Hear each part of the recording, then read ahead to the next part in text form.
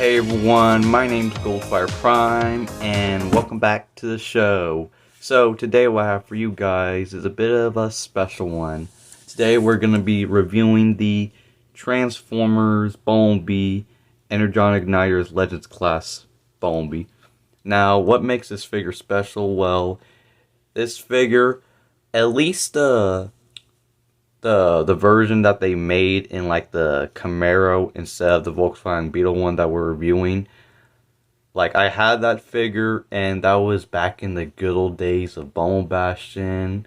I had a lot of fun with that figure until it broke, and yeah, so this figure has a lot of that nostalgia factor back when I first started my sort of like YouTube career, if you will, and yeah. So let's get on to the figure itself. So in vehicle mode, as you can see, he is a Volkswagen Beetle, and here's some things I don't like. I don't like the shade of yellow that they picked. Like, I am sick and tired of this orange yellow. This orange yellow only really works for a Bay vs. Bumblebee, not a like more G1-ified Bumblebee. And this is what this Bumblebee's supposed to be, so yeah.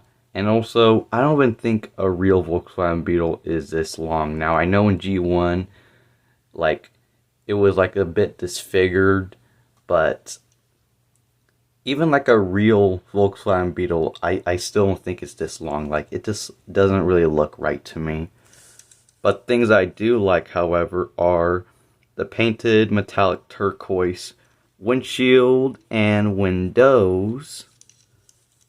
Sadly, the back windshield is not painted, but just like the windshield and entire windows being painted is amazing, because this is back when they started to cut corners with the quality of Transformers.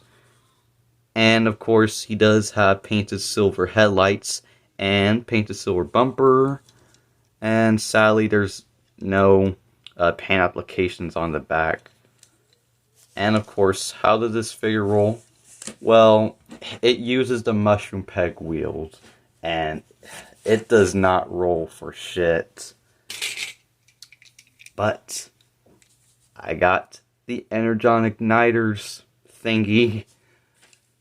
Yeah, I don't even know what they call this. Probably just energon igniter or something like that. So yeah, let's see how it rolls with this. So push back. Alright. Here we go. Okay, now it's rolling.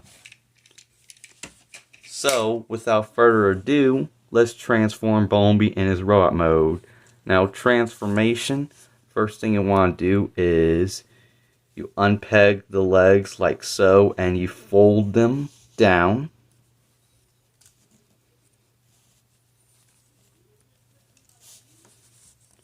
And then you try to fold out the feet. It is a bit tricky because there's barely any leverage.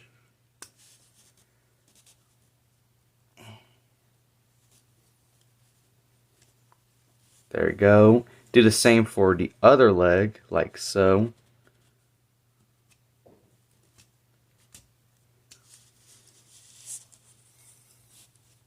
And then you get out the arms by pushing this section. Do not like get it out like that. No, push it like this. Push it real good, just like salt and pepper. Alright, get it out like so. And you do the same for the other arm.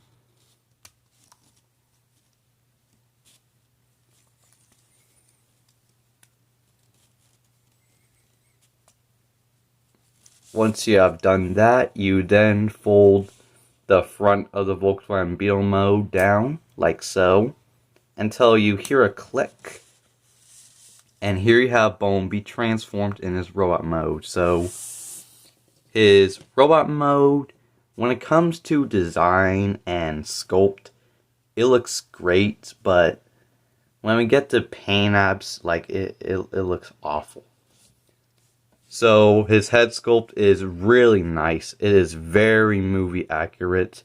Got painted blue eyes, painted silver faceplate, and yeah, that's great, but everything else, it kind of falls apart. Like, I really wish they got some of the silver paint on like the abdomen section, because as you can see there's some mechanical detail, and that would have been perfect. But nope, they didn't. And like, one thing I don't really like is how the legs are made out of like black plastic. And that really gives me the G1 vibe that this figure is trying to emulate.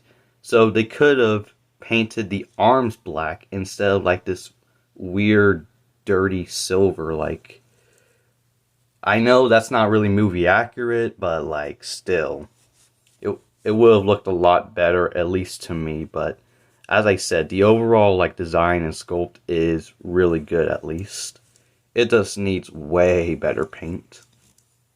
And for articulation, he does have a ball joint in the shoulders, ball joints in the hips,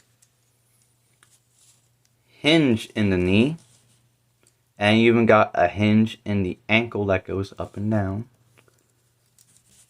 And of course, accessories, like, this didn't really came with the figure, but I guess you could count it as like an add-on accessory, if you will. But yeah.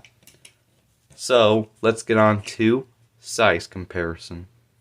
So everyone, for size comparison, here is Bumblebee movie Legends Class Bumblebee next to the Transformers Studio Series Bumblebee movie Buzzworthy Bumblebee B127 or Cybertronian Bumblebee. And yeah, as you can see, like, it's pretty much if Bumblebee, when he scanned the Volkswagen Beetle, he got like a lot shorter. Like, wow, what an L. And of course, here he is next to the 2007 classic Camaro Bumblebee, and you're probably wondering, why am I comparing him to him? Well, that's because if you watch the Bumblebee movie, you know that in the end of the movie he scans a Camaro, and also he is going to be a Camaro in the upcoming Transformers Rise of the Beast. So yeah, and of course he is way taller, being an older deluxe than this figure. So everyone, what are my final thoughts on the Transformers Bumblebee movie Energon Ignitors Legends Class Bumblebee? Well, I think this figure is pretty good. Now, he does have his downfalls, which that only really being the fact that he has really crappy paint, and also how he doesn't really roll too good. But all in all, he is still a really good figure, and I highly recommend him. So that's it for this video. Please like, subscribe, hit that notification bell so you don't miss on any of my new videos. And you can follow me on Instagram, same name, Goldfire Prime, and I'll see you guys next time. True because it rhymes.